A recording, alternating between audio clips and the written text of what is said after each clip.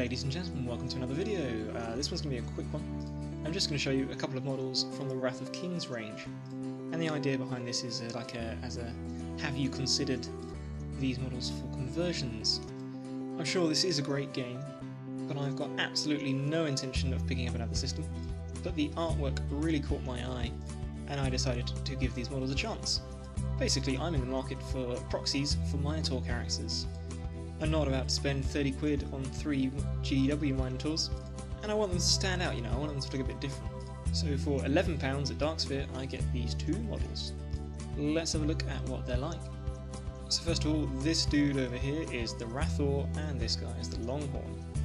Let's have a look at the Rathor first. So he comes in several bits, and I'm going to admit, when I first looked at the sprue, I was pretty worried because it looked very similar to Finecast. And I'm sure many of you watching this are familiar with that particular Games Workshop product. But my friends, stop sprinkling rice around yourself, go hang up those cloves of garlic, because all is not as it seems. Because this stuff is solid, and now I don't know a lot about plastics, but from a layman's perspective, it isn't floppy like Finecast. It's strong and rigid, but not brittle like Finecast. In fact, my own personal theory is that this is what Finecast was supposed to be, but the company that makes Wrath of Kings, I think it's Cool Mini or Not, stuck to the original recipe, whereas Games Workshop decided to cut costs a bit by removing one trivial seeming ingredient, love. So yeah, I think this is good quality, it's got good detail, and I will be very surprised if it breaks in transit. Kind of interesting, I thought were these were the joins. Not like anything I've seen before. I mean, I haven't got a huge breadth of knowledge, but you almost don't need glue for these. Almost all the bits go on snug, and the bits make sense. Up half, low half, arms, legs, head. The little fins are as tricky as it gets. You can probably see it better there. This is a breath of fresh air after Malifaux.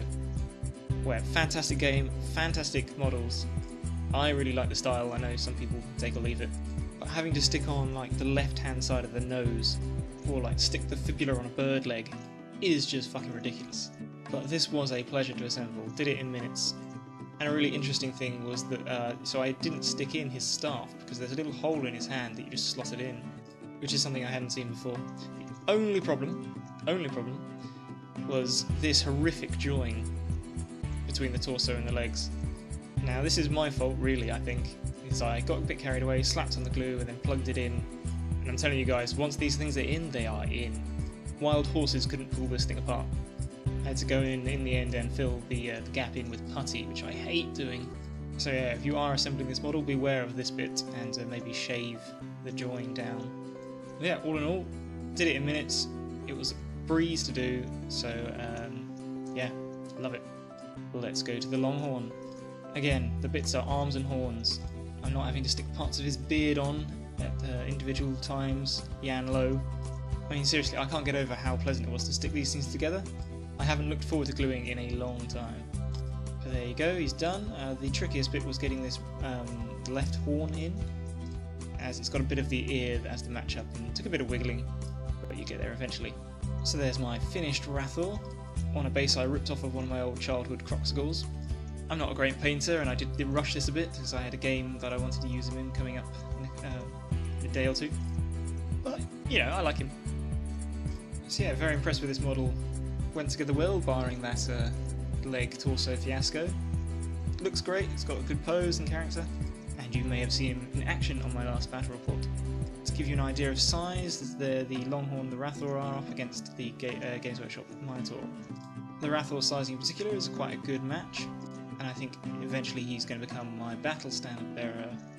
Longhorn is just a bit smaller, but still a head taller over the rank and file goats.